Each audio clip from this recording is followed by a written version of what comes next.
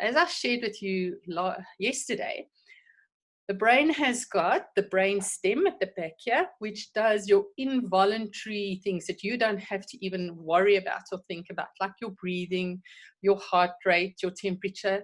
And the brain stem is actually where your flight or flight area is. So it's instinctive reactions that happen over there. Then at the back and the bottom of your skull is your balance and your coordination. Just above it is your visual processing. Then above that is your language and touch. Here in the front is our thought, our memory and our behavior. And here by our ears is hearing, learning, and emotions. And what's fascinating is different parts of the brain develop at different times. And that's what we're going to have a look at now for a quick, for a few minutes, because that will help you understand why you cannot expect certain behavior and certain actions from children, because pretty much the brain is not all developed yet. It's like going to gym. You're not immediately going to pick up 20 kgs, but you're going to work your way to there, but you're never going to get to 20 kgs if you never started at 1 kg. So let's have a look at which parts of the brain develop when and how and what you can do. At the bottom, let's start with the brainstem, because we all, at birth, the brainstem is there.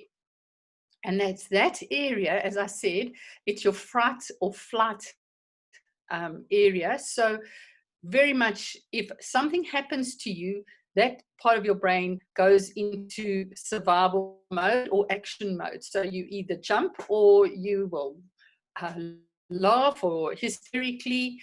And that's the part of your brain that you need to keep feeling safe and secure, because you know yourself, when you are in a state of stress or anxiety, what's the thing we all say is, I can't think, I don't know what to do, I can't think. And it's because that part of the brain has now been affected. That's when you want to take deep breathing. And as I was watching a webinar last night about how to change your environment, it starts by changing your posture. You breathe and you open your body, and now you're ready to listen to the rest. So the brainstem is the one part of your body, and especially while the child is even in the womb, that you are thinking the whole time, that's the part of the brain I'm working on now. I'm needing to protect that to make my child feel safe and secure in the future. Then we've got the part of the brain just above it, the cerebellum, as you can see. That's where development happens in birth to 1 year. And can you see what it is? Balance, coordination, it's movement. And as I was sharing with you yesterday, when you're changing the baby's nappy, run with the baby's legs, open and shut those arms, stretch the arms above the baby's head. Let them run outside, let them ground themselves, take their shoes off and let them touch the grass, let them touch the sand. That electricity will flow out of their bodies. Dance, play, interaction, like we were saying, movement and play, unbelievably important to work with the children. Then just above that one is your occipital lobe, which is where you are looking at visual things. So don't let a baby just be looking into a white ceiling or a black car chair cover or pram cover. Give them things to look at. You know, when they are young, just simple shapes. Draw squares, triangles, and circles on little pieces of cardboard and hang that where the child can see it. Don't put the funny clowns and animals. The child actually cannot see those. Sharp, hard-to-find features, things that will have strong contrast as well. Have that there, mobiles, books around them, but always just 1 or 2 colors, especially for birth. And then as the child grows older, simple pictures, simple stories, and as real life as possible. And the best place to study and learn is outside. Go feel the tree, hug a tree, feel the grass, feel the stones. And then you've got the parietal lobe as well, which is birth to 6 years. again, can you see what we're doing? We want to touch, we want to explore, we want the child to be feeling things. Lots of micro movements. Let them tear a newspaper or a magazine. They love the sound. Let them play with water. Let them play with clay or Play-Doh. When we share that in the preschool course. So again, can you see, to improve visual learning, to improve language and touch? Those are all things happening from birth, not from 2 years or 4 years, from birth, 1 hour old. The brain is ready to learn. Then you've also got the language part, which is also birth to 6 years. What you teach a child by the time he is 6 is what the child will remember for the rest of their lives. I can see someone's having fun drawing on my screen, which the only way I'm going to be able to get rid of that is actually go out of my video, but I will see what we can do. With language, what are we doing? We're talking to the child, we're singing to the child, we're reading to the child. Read a book. What the child is going to do, like I shared with you with social and emotional development, the child's going to do what you do. The child is not going to do what you say. So you are needing to show the child, I love reading.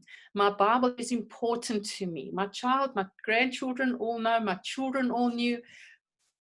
When my Bible came out, I was happy to sit and chat to them about it, but it was a special time where if they were quiet, they could sit by me, but if they weren't going to be quiet, I'd rather you went and played and I had my special time to develop my relationship with Jesus. But you also need to learn to read aloud, that the child is hearing the words as well. They're hearing the intonation. Babies especially will react to that. It's almost a form of singing to them. And have you ever said something to a child and the child will say, again, again? Because they're wanting to start memorizing it. In Afrikaans, Rubelie is weer, and then you sing the song again, you sing it again, and you'd be amazed how, and even in reading a book, she'll want me to keep showing her the same pictures, and she'll ask questions, and Zante did the same thing, and Lexi did the same thing. So it's so exciting to share it now with Rubelie. So can you see, then we jump down to the bottom where it's the hearing, the learning, and the emotions by the temporal lobe, birth to 6 years. The limbic system is from 8 months to 2 years. So what we're looking at here, again, is hearing sound, hearing you speak. When you're making your food, tell the child what you are doing. I'm making my cup of tea. I'm picking up the kettle. I'm walking to the wash basin. I'm filling it with cold water. It's wet. I'm walking back. I'm going to put it on, put the electricity on. Now the kettle's going to get warm. We normally will just pick up the kettle, put the water in, walk back and put it down. What's the child learned? Absolutely nothing. He's seen you doing something that he doesn't understand. But if you just by chance said to him, explain to him what you were doing, do you know, you've done class, you've done an educational process there. So, and when you are upset, explain to a child that you're upset. We so need to show people, and children especially, that it's not wrong to show emotions. It's how you act out when you show your emotions, or what your motive is for, and what you want to achieve when you are acting in a certain way. So children need to know you can also be sad. You can also be happy. Your heart can also get sad. You can also get sore. You're not the super mom or the super uncle or super grandpa. Or you have feelings. You can be vulnerable. And that's very challenging to show vulnerability, because we are not encouraged to do that at all. So can you see how important the 0 to 6 year phase is, working from birth to 6 years? Then we look at the frontal lobe. So this is over here. Can you see when that actually only starts working, the concrete thinking? From the age of 3. So up to the age of 3, a child is not really a rational thinking person. They are still learning. So you cannot expect them to make rational, logical decisions. They are going to choose the ice cream above the vegetables. They're going to choose the summer clothes above the winter clothes. They're going to choose to throw their things down because they cannot think of the consequences. So we are constantly having to teach them how to develop that kind of a brain. And it's only from 3 years old that they actually can learn about consequences, and they are learning how to think logically, and it all comes, like as we've put there, sorting things out, categorizing them, making patterns, mathematical thinking, basically. And only from the age of 12 does this part of the brain develop, and it's only really fully developed by the time a child is 22. So I've now gone through all my children, and now my grandchildren are coming up, and I know children think, oh, how can my parents be so stupid? Why can't they understand? And they just think you are the dumbest thing and the most meanest person and the most illogical person in their lives. And then suddenly they reach 21, 22, and they suddenly go, my parents actually grew up very quick, and I suddenly understand. So can you see, I cannot even expect certain behavior from certain people right up until the age of 20, 21. So, and this comes very much down to making sensible choices, making rational choices. Children up to this age very much still react according to emotions, and feelings and peer pressure, and they're needing you there as a stable person, sometimes being the worst enemy, realizing that you have developed a relationship with them based on love and trust and respect, that, as the Bible says, it does come back to you, and you will be blessed, even though you might not be liked as when you are in a younger relationship, if they are younger. And as a teacher, your responsibility, especially with the zeros, is to start developing the brain that's going to be open to parents guiding their children. So as you can see, different phases, different ages, with different parts of the brain develop. And let's have a look what we can be doing. Let me just see my video. I wonder if I should actually go out and come in again quickly.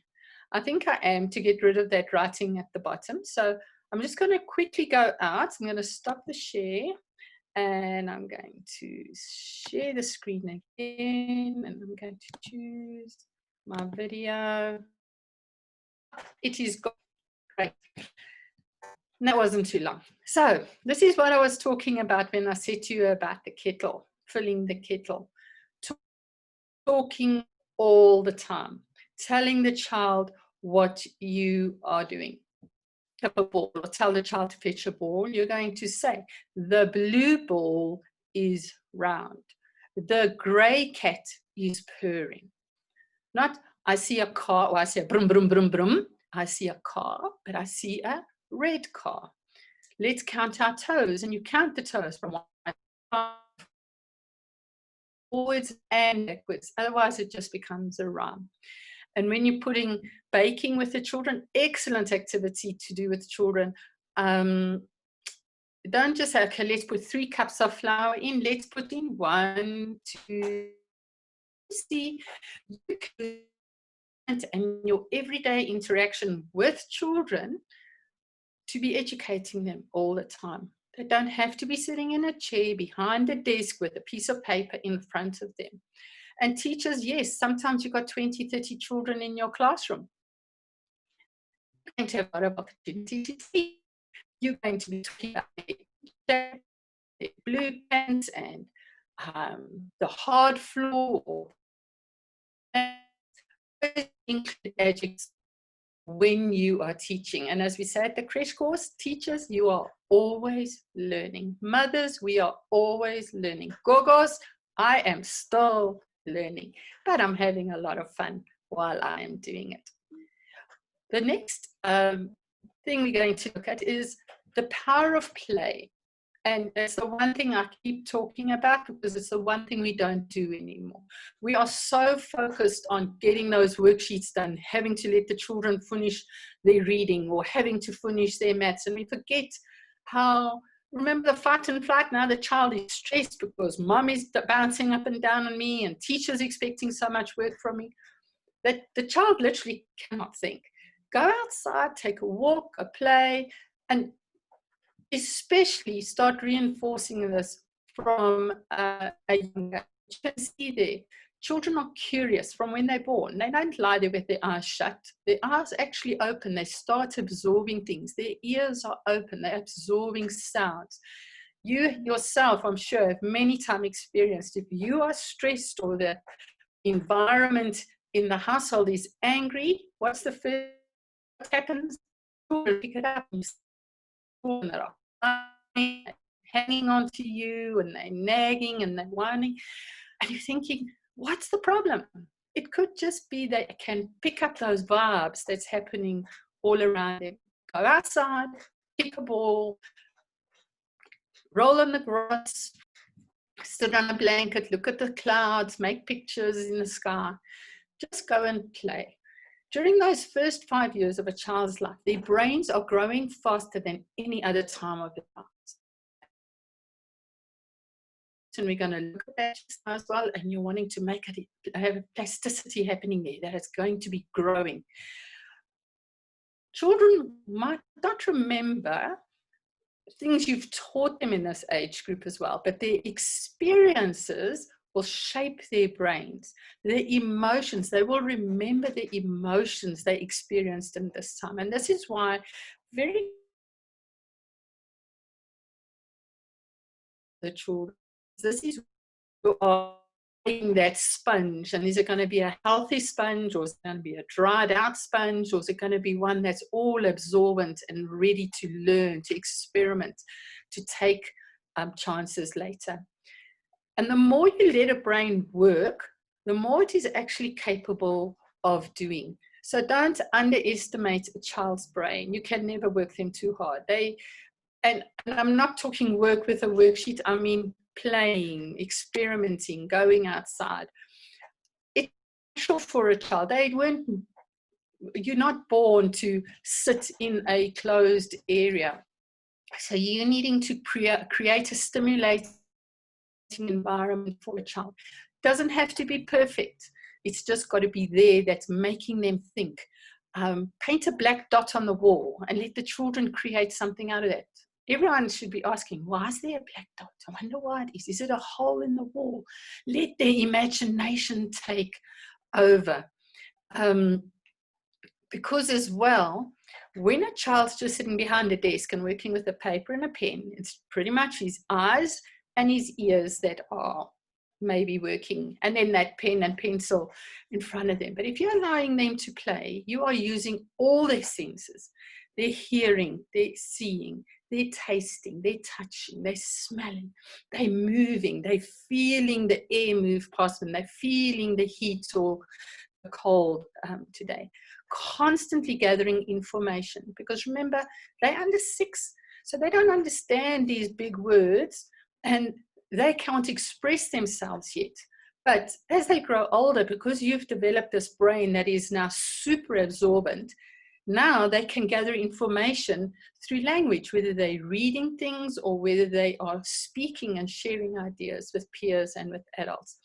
And then all this information they're now getting will go and lie in this healthy brain that you have developed in the child before they were 6 years old.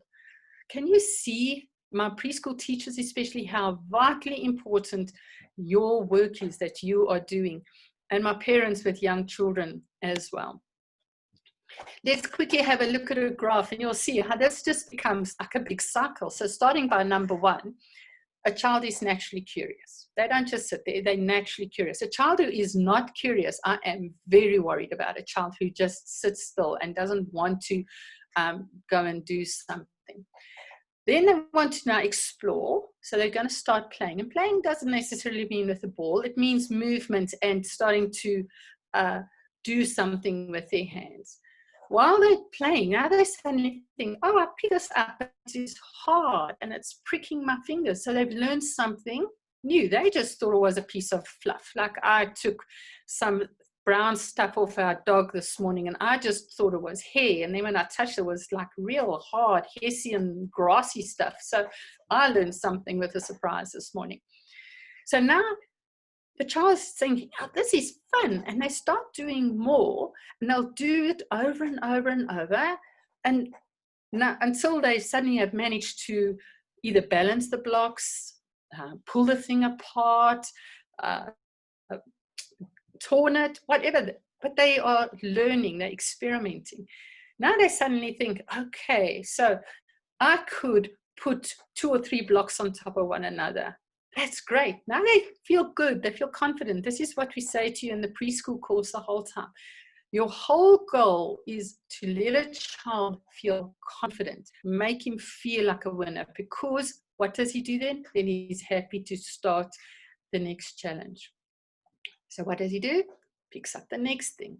And here you have got a child who has now got a brain that is creative, that is willing to accept challenges, that is willing to realize, I might not always be successful, but at least I have tried. Isn't that interesting? And that comes from gooeybrains.com. Did you pick up the spelling mistake in that picture? I found it really, really interesting how finding nice pictures that could maybe just make a point through a picture. I thought, yeah, I'm sure these people read through this hundreds of times and spelling mistakes came through still. So I'm very aware we're all very fallible as well. But thereby point number 5, the child likes to repeat assertivities and not activities. Now, unfortunately, I guess this is one of my, you know how we all have funny things that we pick up. So spelling mistakes is one of mine. Not that I judge anyone. I realize I'm very fallible with many other things. It just makes it fun. I hope you picked it up before I did. So what activities are we going to do? Well, I think you'll have a mattress in your house, planks, ironing board, anything that a child can balance on, anything that a child can jump over. Go and create an obstacle course. Put a chair and a table outside. Let them balance. Let them go over and under and through. You don't have to buy a jungle gym. You convert your whole house into a jungle gym. They just need balls. They need things to jump on from one thing to the next, whether it's pieces of paper. Something else I would encourage you to have in your home or in your environment is a big blackboard, because children love playing that they teacher. Shows you teachers, they love you. They want to be what you are. So let them go and write with chalk on a blackboard. It's ropes and things that move. We'll be going more specific soon, but you'll see these are just little things that you can have that lying around the house. Something I shared last week, create a music wall. We have so much stuff in our house that makes a noise. Why don't you just designate one section of an outside wall and make a music wall? Old drums, things that can rattle, plastic bottles that there you can see in the top picture, if they swivel them around, there's metal things in there, or there's bottle tops inside, or stones inside, rice. All of those make different sounds. Pots and pans that they can bang. You will keep a child busy outside for a fair bit of time. I would recommend you don't have too much in the line of glass, because kids really get very excited when they start banging things. So glass can shatter, but lots of metal, plastic, and wood, all of those things make different sounds. And that is teaching children hearing, discerning, organizing, patterning, sequencing. It's got visual impact, it's got texture impact. So something so small, but that's very valuable. When we move, say, inside the house, like when it's these real cold winter days that are coming ahead, you can buy toys, and I'm going to share a couple of toys just now, but look at the bottom right picture there, as Liesl also shared with her micro movement workshop. Paper plates in a peg, just paint it different colors and let the child do organize the pegs according to the colors that's on the paper plates. I'm sure we can all find a piece of cardboard somewhere. You don't have to use paint either. Use colored paper, use magazines, and tear up the colored different pictures that have got the same colors and put them onto the paper plates. You do not need to go and spend money. At this 0 to 6 age, I would always have balls in my house, big ones, small ones, different texture ones. I would always have blocks because you are wanting to encourage stacking, and you are wanting to encourage sorting, and you're wanting to encourage threading. So I've got my beads with my threads. If you haven't got beads, you've got macaroni in the house, I'm sure. If you haven't got macaroni, you've got toilet rolls in the house, I'm sure. You're just wanting to encourage that movement where they're putting something into something else and they have to use both their hands across laterals, as we share at the preschool course. You want to encourage sorting. And you're going to think, yeah, what is all of this? Well, words like sorting, sequencing, that's encouraging a brain. It's developing a brain that is ready for maths, and it's developing a brain that is ready for reading, because letters have to be in a certain sequence. And tomorrow, Wednesday and Thursday, Lilandi is going to share with us all the way from Cape Town, all across the distances. I wish you could break the curfew rules and actually come and be here physically, but it's going to be great to see her on Zoom. How to teach a child, how do you get the brain ready for maths, numeracy, and how to teach it, and how to get it ready for literacy and reading. So those are two exciting courses that I would highly recommend that are coming up tomorrow and on Thursday. You could, yes, we had a preschool group that we were involved at. We had a lot of soft toys for children, rattles.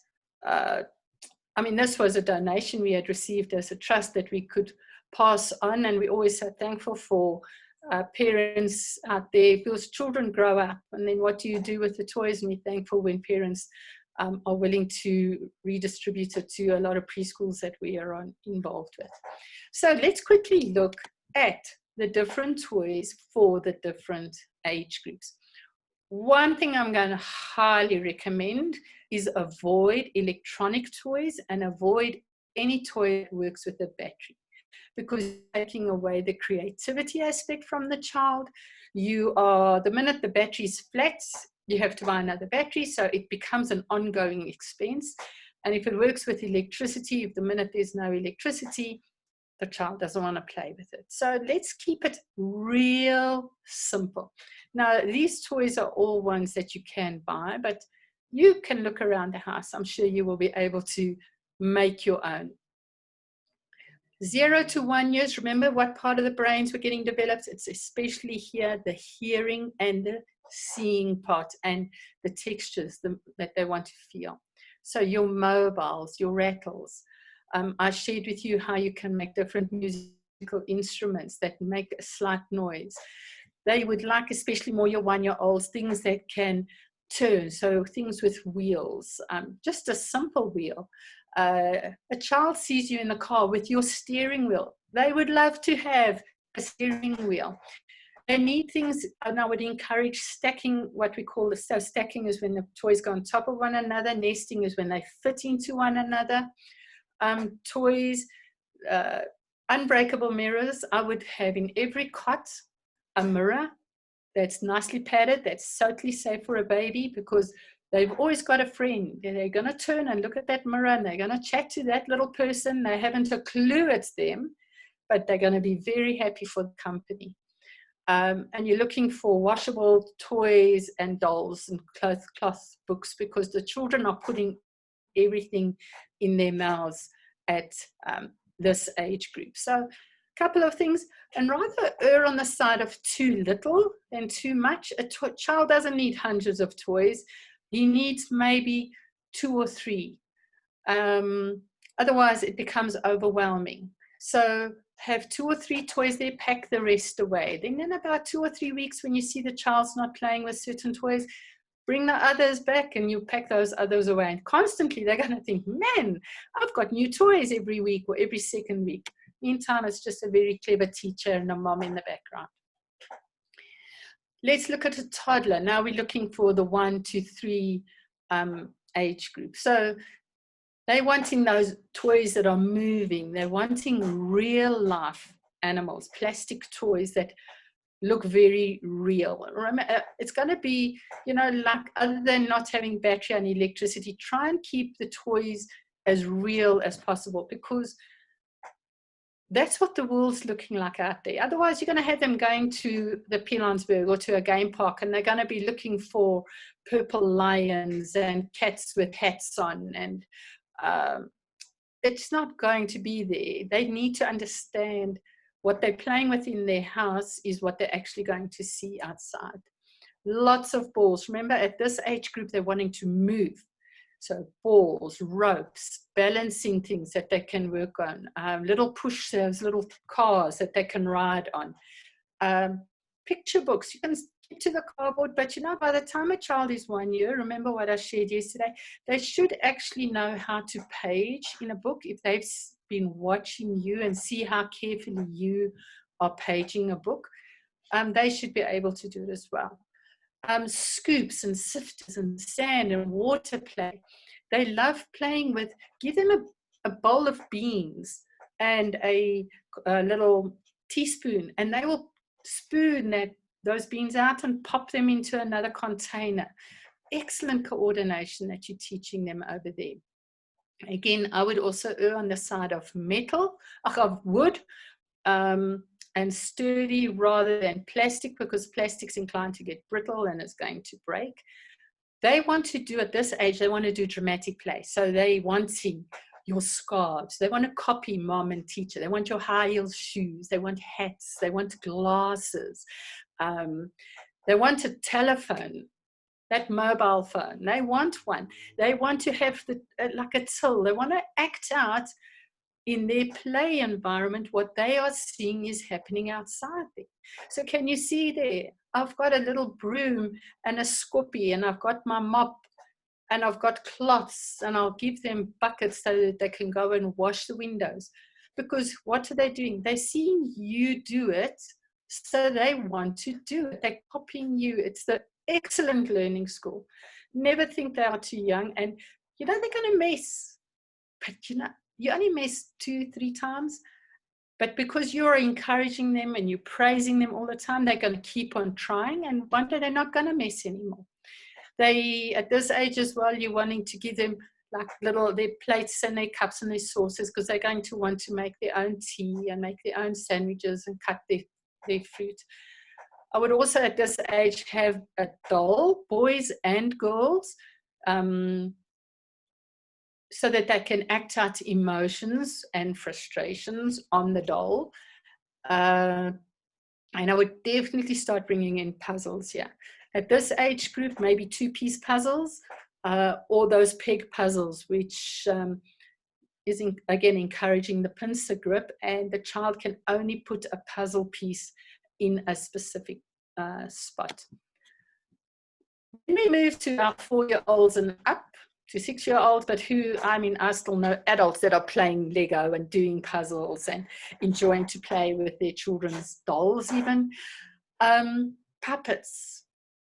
Putting them in an environment where they can be creative, where they can invent the whole time. And this is why, and I'm going to talk about screen time just now as well, but you are wanting for a brain to develop and for a brain to be super absorbent, you are wanting to create a brain that is naturally going to be curious, naturally going to be creative, naturally going to be wanting to explore, because that's the best way to learn.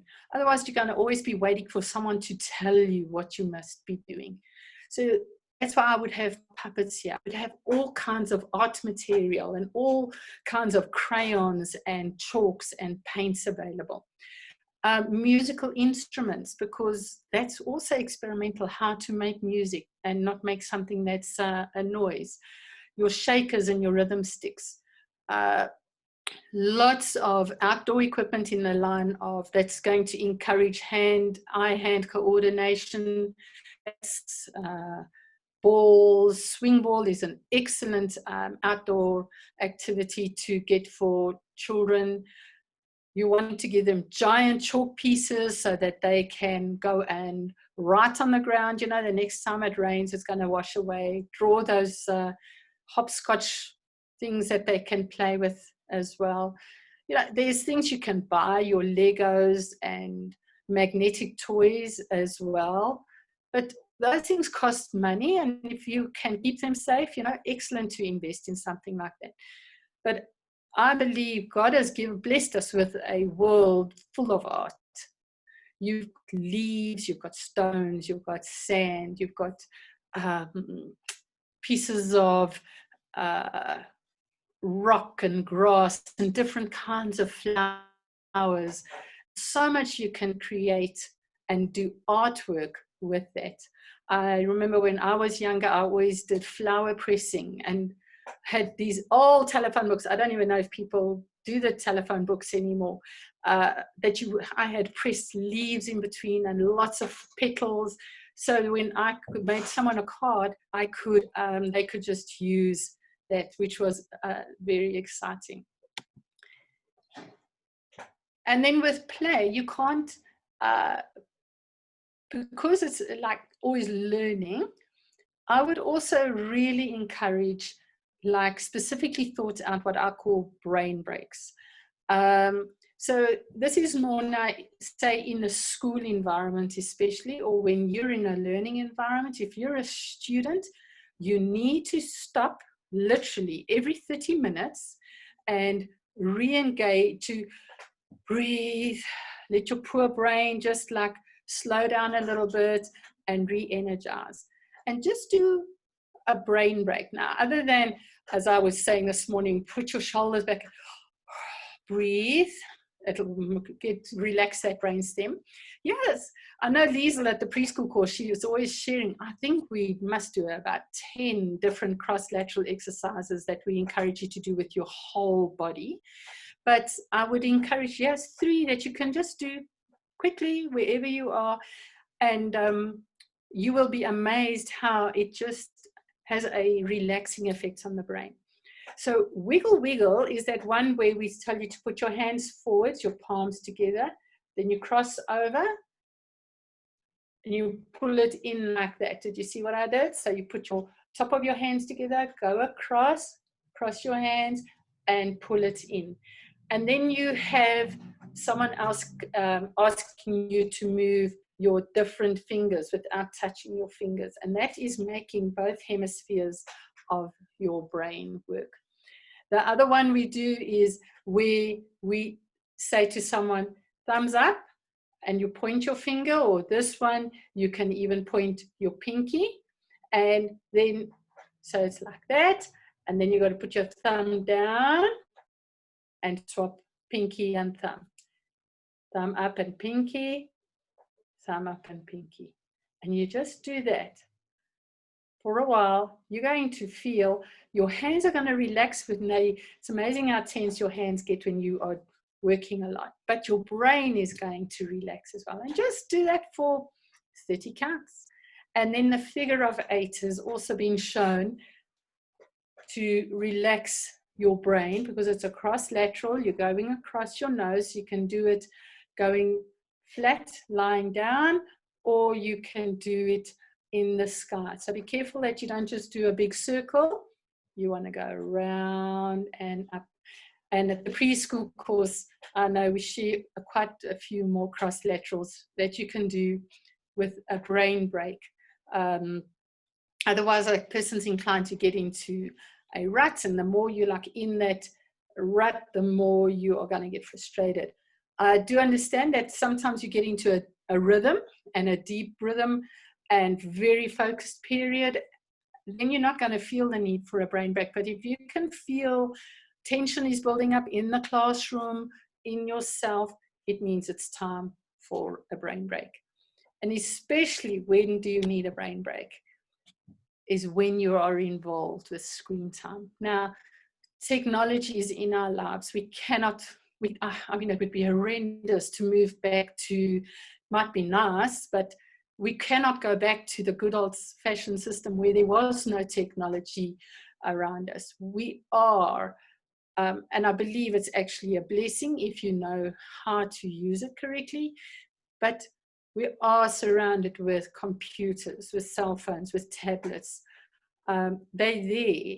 We're needing to just know how to make sure that we are in control of them and they are not in control of us, because it's very easy for us to err on the side of screens. And I'm going to share advantages and disadvantages, and there may be some things we can do to not be sucked in. Look at this. So screen time, televisions, smartphones, computers, tablets, and games. So I'm not just talking about a phone and a computer.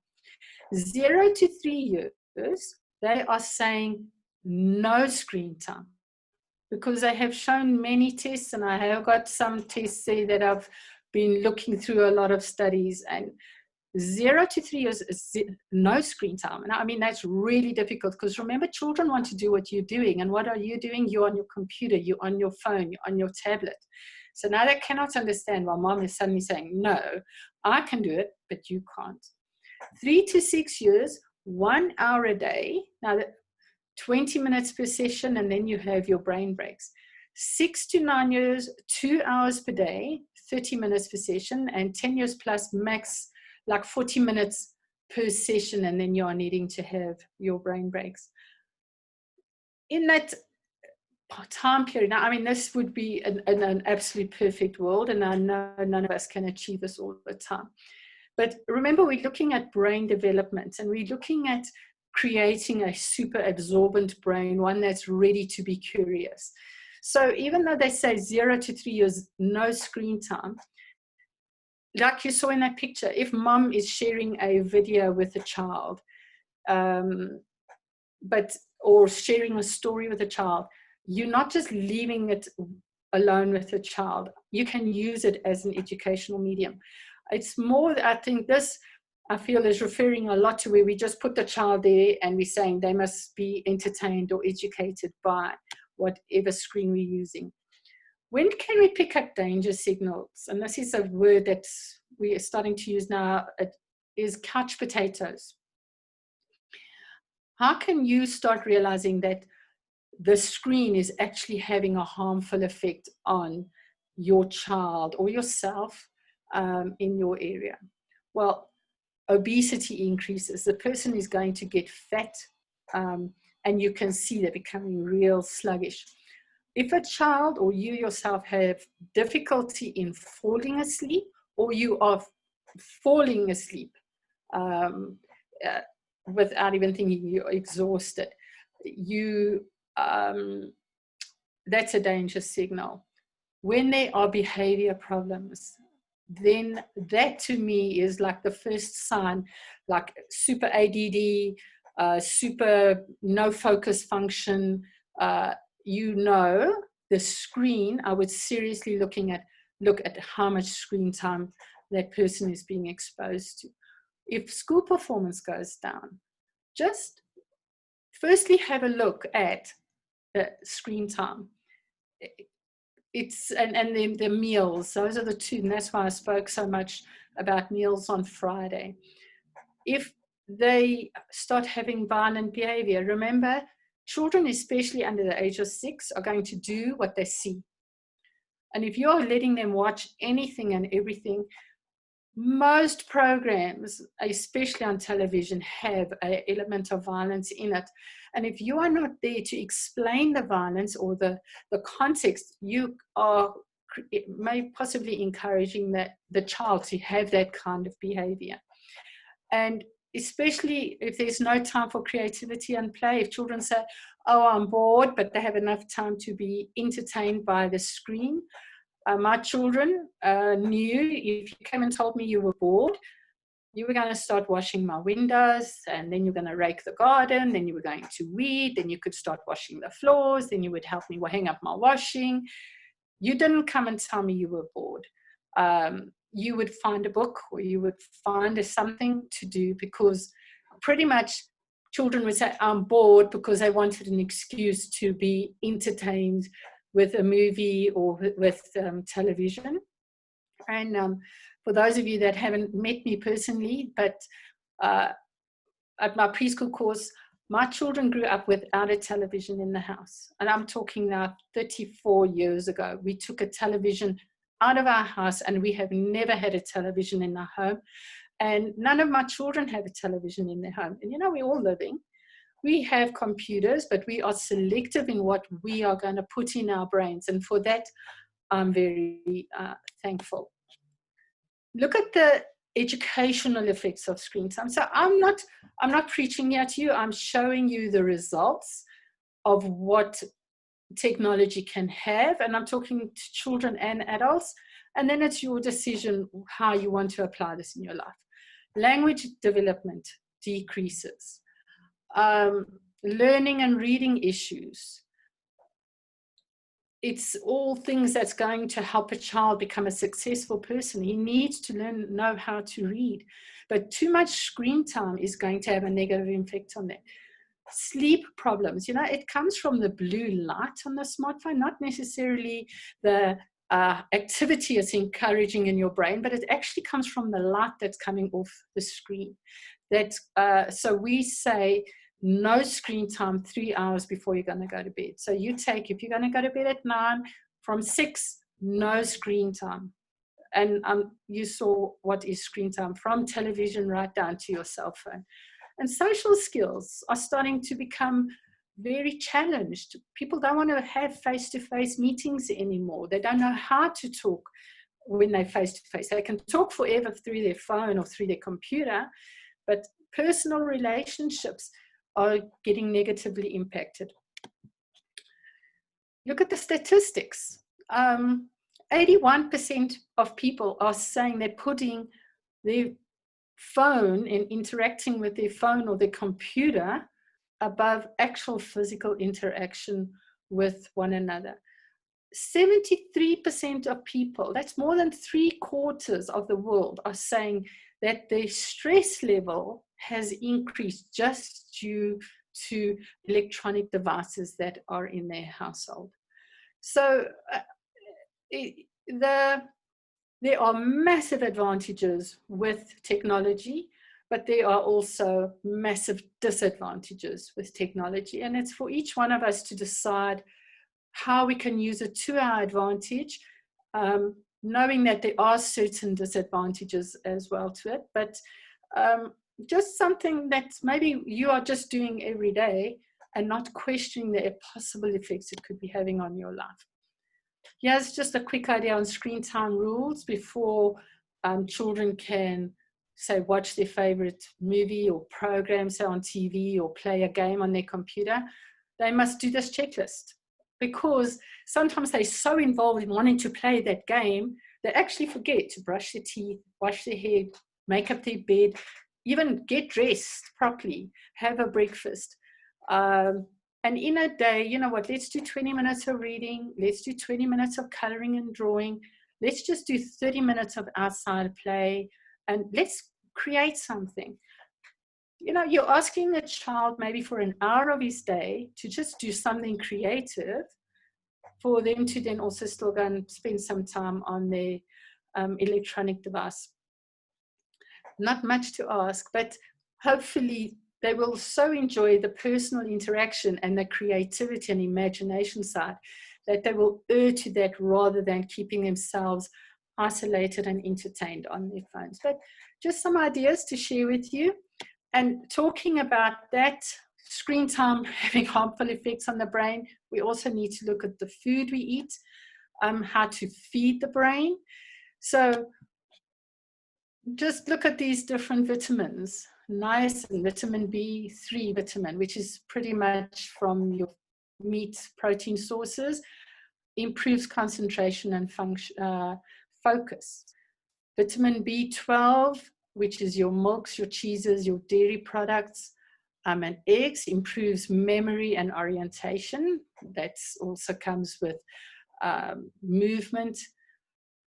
Omega-3s, that is specifically from fishes and your nuts, works on your nervous system. So you wanting to have a nervous system, and of which your brain is like one massive concentration of nerves, you're wanting to have omega-3 in your body. Vitamin B6, which is in your bananas, especially, and your watermelons, that gets your happy hormones going, your dopamine and your serotonin. So if you want to be happy, go have a banana.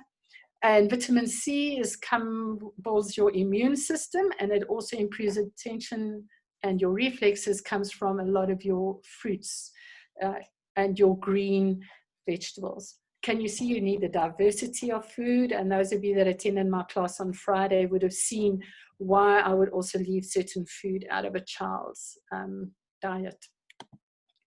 So quickly bringing all of this together. Here's our stages of development. We have mental or cognitive and physical, and we have emotional and social development. We are trying to do classes on each one of these aspects, and we have covered quite a few of them already. If we look at the physical side, Liesl talked about fine motor development, large motor development. I covered a fair bit today, but that's just really outdoor play, as well as eye-hand foot coordination, being skipping and playing with a ball and jumping and hopscotch. Social and emotional development, that's improving our social skills, playing, anything that causes interaction with another person.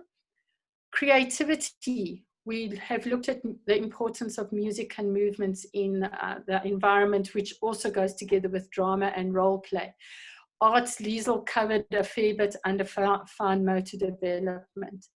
And then we've got cognitive and perceptual development, body awareness. How do you sit? How do you talk? What you do with your hands? What's your face showing? Visual and auditory perception. What am I seeing? What am I hearing? Sensory. What am I touching?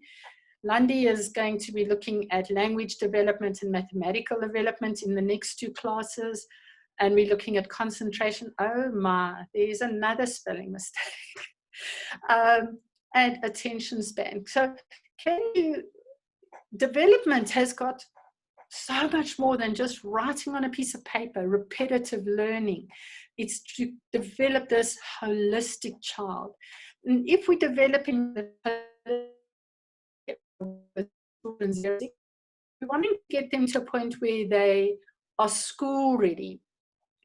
In my manual, I have these two charts that are available.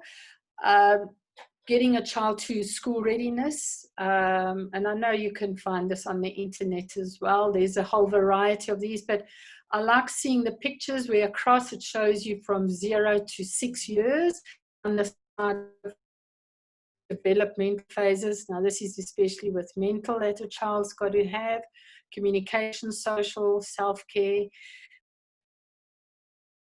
You can see by the time, so let's take for example, by the time a child is say 3 months old, they must be smiling when you smiling at them. By the time they're 2 years, they must be able to say 1 or 2 sentences and doing 1 or 2 tasks. So in a picture form, you can see the different developmental expectations. Physical development, again, from 0 to 6 years, and you can see, say, little Amberly is now 3 months, so she must be wanting to hold her head up high. She's going to be sitting with some support. She's going to be needing to be on her tummy to start creeping. So you're wanting to look for these little things to happen in her life, because then you know her brain is developing in line with what's the average, say, out there. Some children develop faster, some a little slower, but kind of in this age group, you're expecting that sort of behavior. Specific milestones that you expect in a child from 2 to 6 years. Gross motor, remember that's the big body movement. Fine motor is with their fingers. Personal and social is social interaction, language, what's coming out of their mouths, and a cognitive, which is their brain, what are they thinking, and how they are being able to sort out all the information that's being presented to them. So you can see, for example, especially, let's take a 4-year-old. By the time a child's 4, I'd like them to be able to hop on one foot. They can draw a plus sign.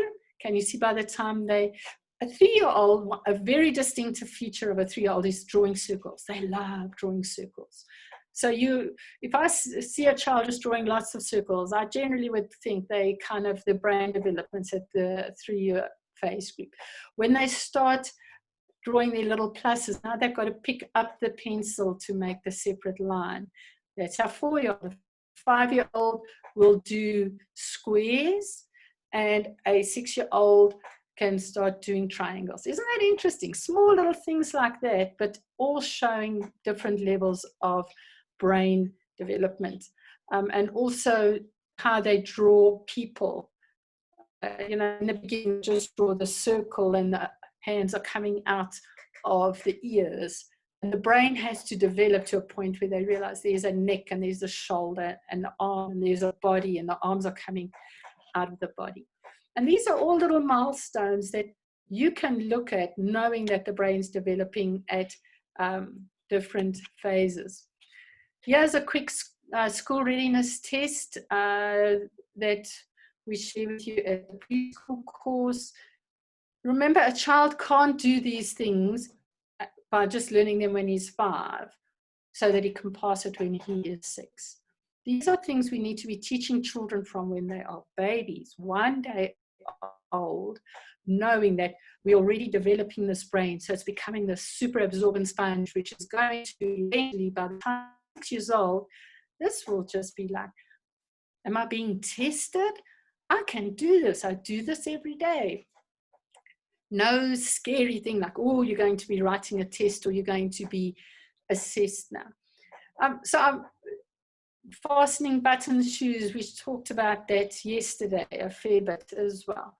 So, we've shared a whole lot of activities you can do, a whole lot of stimulating environment you can be creating for the child, experiences you can be exposing a child to, just so they pretty much can, by the time they are 6, be a very confident child who's capable of doing so much. And then from 6 onwards, they're just building on all these experiences that we have shared with them. Quickly showing how you do your report card, especially for my preschool teachers. Your front cover, always please advertise, because your parents are going to be sharing your report card. So have your name on there, have your logo on there, have your contact details on there.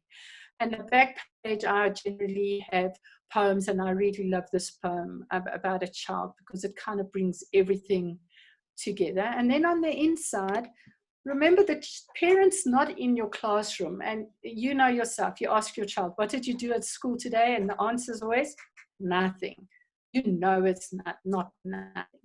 You share the progress that's happening in your classroom with your parents. So this is kind of a 0 to 4-year-old inside report card. You're wanting to teach children numbers, colors, counting, shapes. And Landi will talk about recognition of letters and sounds of letters as well. And you can just color in the different blocks as the child masters that. And then the parent can share that with other people. You can also be more specific, and you have your different developmental phases down there where the child has achieved different things. It also gives you goals depending, so you know individually with each child which areas you need to focus. Something I would really like to encourage you with is, you see under the comment box there, for the principal to make a comment and a place for the parent to make a comment. But there's a treasured memory, and this is something you as a teacher would be very sensitive about. Write it down when a child does something special in your class, not necessarily on a cognitive basis. When he has shared his toys, when he has helped someone, when he has come and helped you, when he has helped pack away the toys, something that happens in your classroom that just shows positive behavior. The parent wasn't there to experience it, but you can share that experience with the parent, and he can then go and brag about it with everyone else. So something as a teacher can do, but it can have massive, massive benefits in your relationship with the parents and with the children. So as a final thought, here's another nice thought, that poem that I like to have in my household. Accept a child as she is, and she will learn to love. Express approval, and she will like herself. Recognize efforts, and she will set her own goals. Be fair, be honest. Give security, and she will have faith in herself.